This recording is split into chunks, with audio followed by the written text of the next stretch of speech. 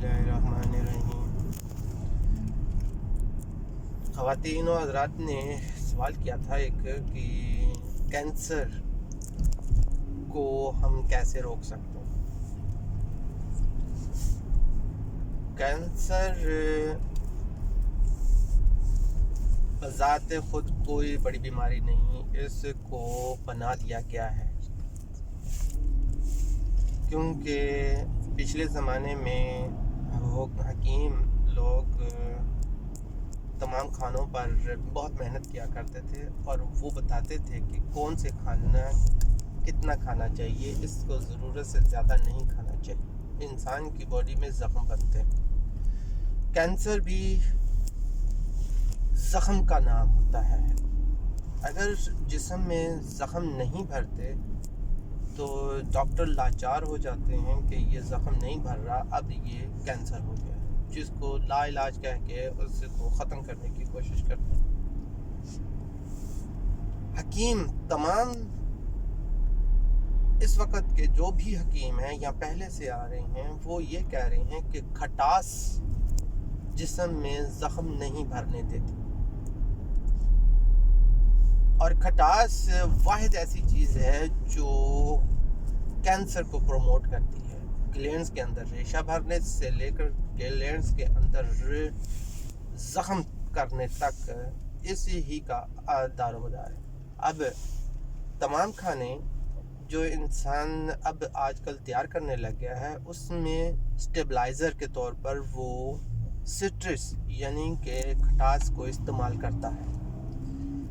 Juice तमाम दुनिया के अंदर जो भी जूस तमाम पैकेट्स के अंदर तैयार होते हैं और उनका टेस्ट बरकरार रखने के लिए उसमें नींबू का सत डाला जाता है। ऐसे खाने जो होटलों में तैयार होते हैं, उनके अंदर टेस्ट को बढ़ाने के लिए लेमन या सिट्रस का इस्तेमाल होता है। तमाम पैकेट्स के जो मसाले हैं, रेडीमेड मसाले हैं, उनके अंदर भी जो नमक इस्तेमाल होते हैं उसमें भी सिट्रस सफ़े फहरिस्त होता है, जो उसको ख़राब ये ताबकारी पैदा करता है और ताबकारी पैदा करके ज़ख्म को बढ़ाता है। और उसके ऊपर तेज़ाबी खाने यानी कि हरी मिर्च का इस्तेमाल भी कैंसर को बढ़ाता है और ल्यूकेमिया जैसी बीमारियां, मेटास्टेसिस की जैसी बीमारियां पैदा कर देता है, जिसमें जिस्म में गिल्टियां पैदा होती हैं। और अचार के अंदर पहले खटास पैदा की जाती है, फिर उसके अंदर सिरका डाल दिया जाता है, फिर उसके अंदर तेल डाला जाता है। तो लिहाजा जो भी इस वक्त अगर लोग अपने आप को बचाना चाहते हैं तो तेज़ाबी खाने और ऐसे खाने जिसमें सिरके का और खटास का ज़्यादा ताल्लुक हो। और ये खटास जो है सर्द मुल्कों में इंतहाई किस्म की नुकसान देती है। एक आदमी अगर वो एशिया में या गर्म मुल्क में रहता है, वो अचार खाता है, तो उसकी निस्बत जो यूरोप में रहने वाले या ठंडे मुल्कों में रहने वाले खटास का इस्तेमाल करते हैं, तो ठंडे मुल्क वालों को ज़्यादा तेज़ी से कैंसर फैलता है और गर्म मुल्क वालों को इतना नहीं फैलता, इतनी तेज़ी से नहीं, क्योंकि गर्माइश की वजह से उसकी खटास जो है वो बॉडी में से जो रेशा बन रहा होता है या ज़ख्म बन रहा होता है, वो गर्मी की वजह से किसी हद तक कम रहता है।